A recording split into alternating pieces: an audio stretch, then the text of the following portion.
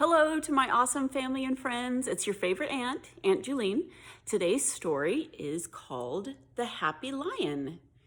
This is a cute story about a very friendly and happy lion who lives in a zoo.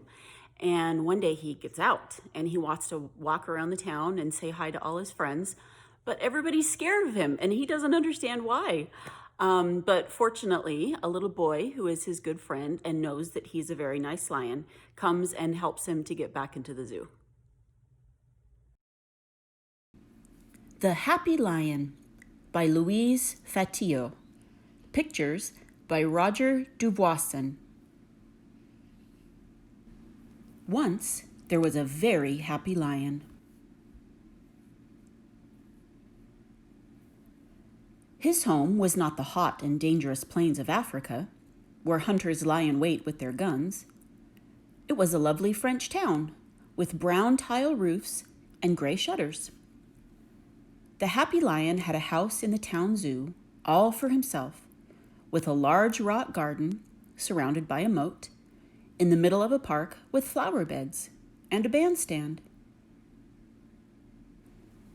Early every morning, Francois, the keeper's son, stopped on his way to school to say, "Bonjour, happy lion." Afternoons, Monsieur Dupont, the schoolmaster, stopped on his way home to say, "Bonjour, happy lion."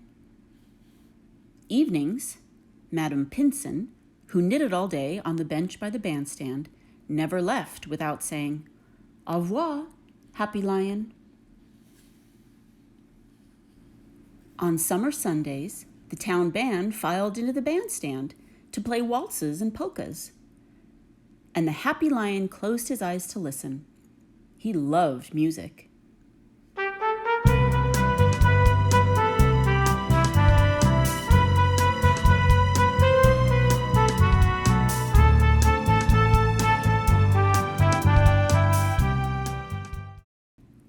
Everyone was his friend and came to say bonjour and offer meat and other tidbits. He was a happy lion. One morning, the happy lion found that his keeper had forgotten to close the door of his house. He said, "I don't like that. Anyone may walk in." "Oh well," he added on second thought, "maybe I will walk out myself and see my friends in town. It will be nice to return their visits." So the happy lion walked out into the park and said, "Bonjour, my friends," to the busy sparrows.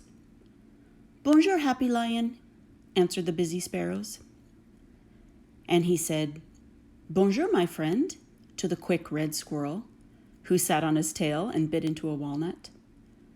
"Bonjour, happy lion," said the red squirrel, hardly looking up. Then the happy lion went into the cobblestone street, where he met Monsieur Dupont just around the corner. "Bonjour," he said, nodding in his polite lion way. "Oh!" answered Mr. Dupont, and fainted onto the sidewalk. "What a silly way to say bonjour," said the happy lion, and he padded along on his big soft paws.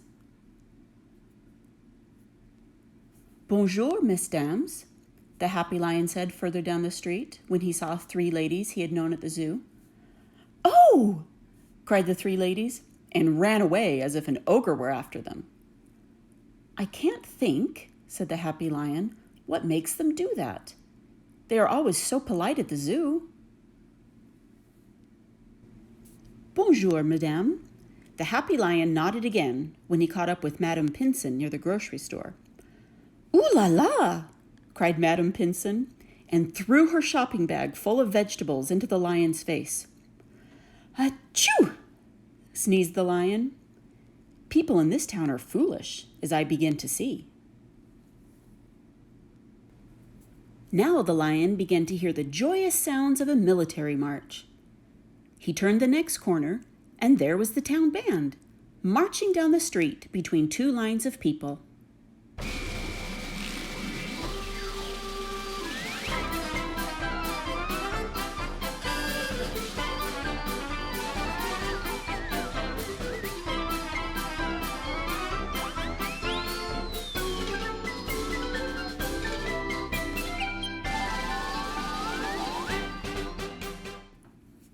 Before the lion could even nod and say bonjour, the music became screams and yells. What a hubbub! Musicians and spectators tumbled into one another in their flight toward doorways and sidewalk cafes. Soon, the street was empty and silent. The lion sat down and meditated. "I suppose," he said, "this must be the way people behave when they are not at the zoo." Then he got up and went on with his stroll in search of a friend who would not faint, scream, or run away. But the only people he saw were pointing at him excitedly from the highest windows and balconies. Now what was this new noise the lion heard? Went that noise?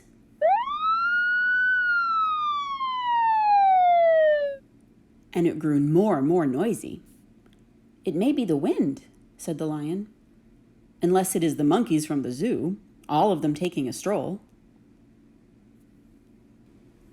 All of a sudden, a big red fire engine burst out of a side street and came to a stop not too far from the lion. Then a big van came backing up on the other side of him, with its back door wide open. The lion just sat down very quietly, for he did not want to miss what was going to happen.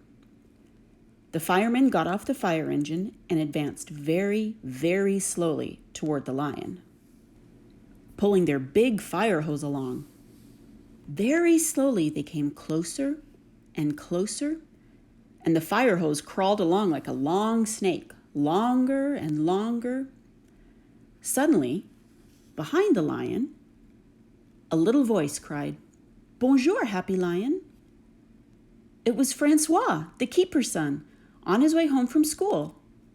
He had seen the lion and had come running to him. The Happy Lion was so very happy to meet a friend who did not run and who said bonjour that he forgot all about the firemen. And he never found out what they were going to do because Francois put his hand on the lion's great mane and said, "Let's walk back to the park together." "Yes, let's," purred the Happy Lion. So Francois and the Happy Lion walked back to the zoo. The firemen followed behind in the fire engine, and the people on the balconies and in the high windows shouted at last, "Bonjour, Happy Lion." From then on, the Happy Lion got the best tidbits the town saved for him. But if you opened his door, he would not wish to go out visiting again. He was happier to sit in his rock garden, while on the other side of the moat, Monsieur Dupont, Madame Pinson, and all his old friends came again, like polite and sensible people, to say, "Bonjour, Happy Lion." But he was happiest when he saw Francois walk through the park every afternoon on his way home from school. Then he swished his tail for joy, for Francois remained always his dearest friend. The end.